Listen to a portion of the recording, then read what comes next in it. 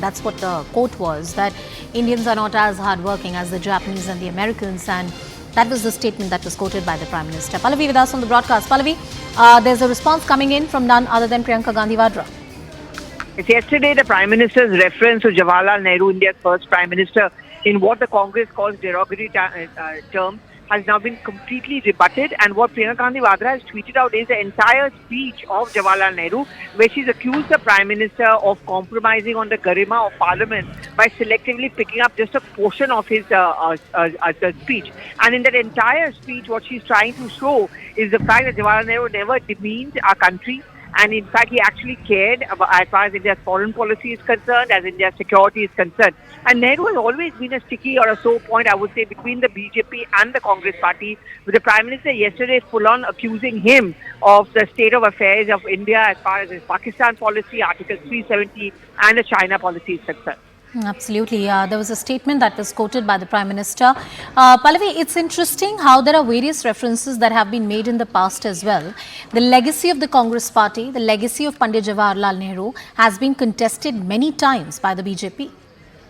And you know what is very interesting, Anusha, is that when we talk about the Gandhi-Nehru dynasty of prime ministers, the biggest attack really has come in not so much on Indira Gandhi as much it has come on Jawaharlal Nehru from the Prime Minister and rest of the BJP leaders. Remember when Article 370 was revoked in Kashmir, in the valley, again the point was made that had it not been for Jawaharlal Nehru, the whole idea of one nation, Kashmir being a part of the entire country, could have been implemented. So a divisive or a sectarian nature of Nehru's policies is something which is repeatedly highlighted as by the BJP as a course correction that is being done by them to salvage the situation. Thank you, Pallavi, for putting that into perspective. Let's listen into what Mr. K.C. Venugopal said.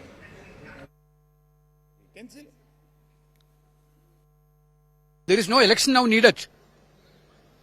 He already got 400 seats. Then what is the purpose of elections?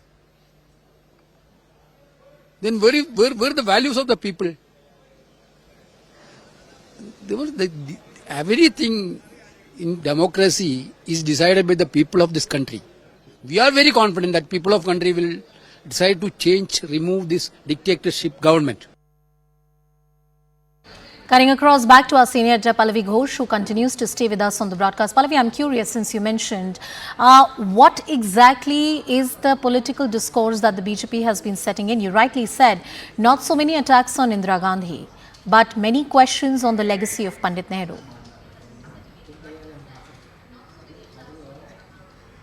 We'll try and connect with my colleague and get more perspective on this entire story. But yesterday, no punches were held back by the Prime Minister when he spoke of the opposition, when he spoke of the legacy of the Congress party. Interestingly, the Prime Minister also said that in the next few years, in the next term of his government, they will ensure that they set the foundation of this country, which is going to be important for the next 1,000 years. Let's cut across to another piece of breaking news.